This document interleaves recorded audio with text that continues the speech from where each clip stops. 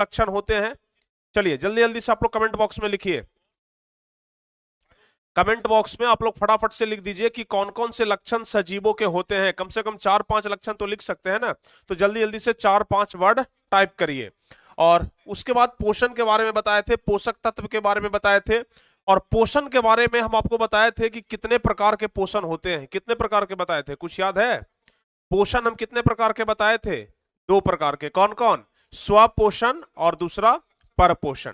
ठीक है, स्वपोषण और परपोषण। खुद से जो पोषण करे उसको स्वपोषण, जो पोषण के लिए दूसरों पर आधारित रहे उसको परपोषण कहते हैं।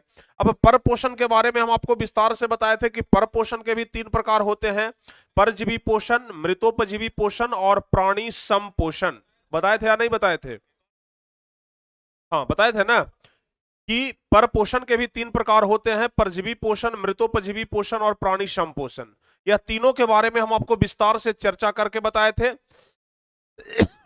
ठीक है, और उसके बाद मृतोपजीवी, और सबसे लास्ट में हम आपको बताए थे प्राणी समपोषी। सबसे लास्ट में हम आपको क्या बताए थे? प्राणी समपोषी।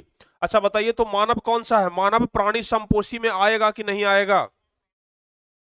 मानव प्राणी समपोषी में आएगा कि नहीं आएगा? बिल्कुल आएगा सर। कल देख लीजिए ना, हम आपको एग्जाम्पल बताए थे कि मानव क्या है? प्राणी समपोषी है। प्राणी समपोषी किसे कहते हैं? जो अपना भोजन ठोस या द्रव रूप में ग्रहण करता है, जो अपना पोषण ठोस या तरल पदार्थ के रूप में प्राप्त करता है, उसे ही हम लोग कहते हैं प्राणी समपोषी। क्लियर है? याद रहेगा ना, उसी को क्या कहते हैं? प्राणी समपोषी कहते हैं। तो कल हम आपको यह सब कुछ बता दिए थे।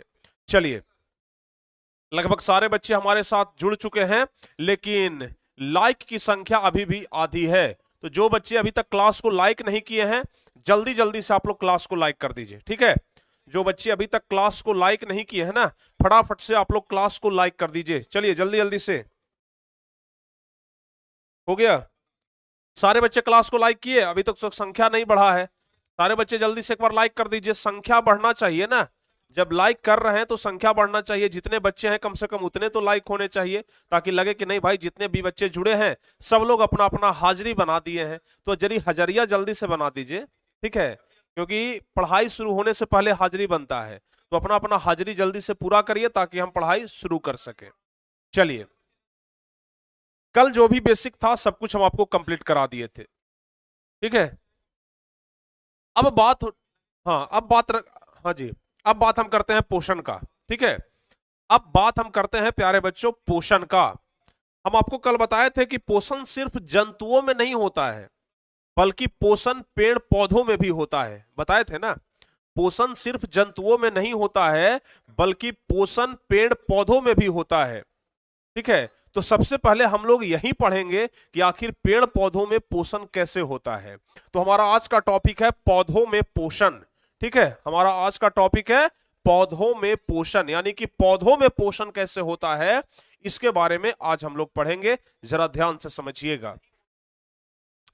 अगर हम बात करें पौधों में पोषण का, तो सभी बच्चे एक चीज तो जरूर जानते होंगे कि पौधों में जो पोषण होता है, यानी कि सीधे सीधे हम लोग बोलें कि पौधों में जो भोजन बनता है वह किस चीज के द्वारा बनता है? पौधों में भोजन जो बनता है वह किस चीज के द्वारा बनता है? प्रकाश संश्लेषण के द्वारा। बिल्कुल सही जवाब, प्रकाश संश्लेषण के द्वारा बनता है ना। एप्लीकेशन पर बायोलॉजी का पीडीएफ नहीं है, पहले पढ़ाई तो हो जाने दीजिए। क्लास अंतिम होगा तब ना पीडीएफ आपको मिल जाएगा। ठीक है, या फिर कल परसों तक आपको बायोलॉजी का पहला नंबर चैप्टर का पीडीएफ भी मिल जाएगा। ठीक है, कल तक कोशिश करते हैं, कल तक बायोलॉजी का पहला नंबर का चैप्टर का पीडीएफ मिल जाएगा। और प्लस में जो टॉपर का नोट्सबुक था वो सब धीरे धीरे स्कैन होना शुरू हो गया है। ठीक है ना, स्कैन होना शुरू हो गया है, लगभग आज 1-2 सब्जेक्ट का स्कैन भी हो गया है। तो बहुत जल्द सभी सब्जेक्ट का स्कैन करके आपको दे दिया जाएगा, चिंता बिल्कुल भी मत करिए। टॉपर्स का नोटबुक आपको तुरंत मिल जाएगा। ठीक है ना, तो प्रकाश संश्लेषण, ठीक है ना, जिसको अंग्रेजी में फोटोसाइंथेसिस कहा जाता है। तो पेड़ पौधे जो अपना पोषण प्राप्त करते हैं ना, वो प्रकाश संश्लेषण के थ्रू ही करते हैं, क्योंकि पेड़ पौधे जो भोजन बनाते हैं वो प्रकाश संश्लेषण अभिक्रिया के थ्रू। अगर आपसे कोई पूछ दे कि पेड़ पौधे भोजन किस अभिक्रिया के द्वारा बनाते हैं, तो फिर आपका जवाब क्या होगा? प्रकाश संश्लेषण। प्रकाश संश्लेषण ही होगा ना, प्रकाश संश्लेषण अभिक्रिया के दौरान। चलिए, तो हम लोग सबसे पहले समझते हैं कि आखिर प्रकाश संश्लेषण होता क्या है। ठीक है ना। आखिर प्रकाश संश्लेषण होता क्या है? आप लोग तो सीधे सीधे बोल देंगे कि सर जिस प्रक्रिया के फलस्वरूप पेड़ पौधे अपना भोजन बनाते हैं उसी को तो प्रकाश संश्लेषण बोलते हैं। लेकिन क्या यह परिभाषा उचित है? हाँ या ना? क्या यह परिभाषा उचित है? अगर हाँ तो कैसे, अगर ना तो कैसे? चलिए देखते हैं। सबसे पहला नंबर हम लोग यही समझ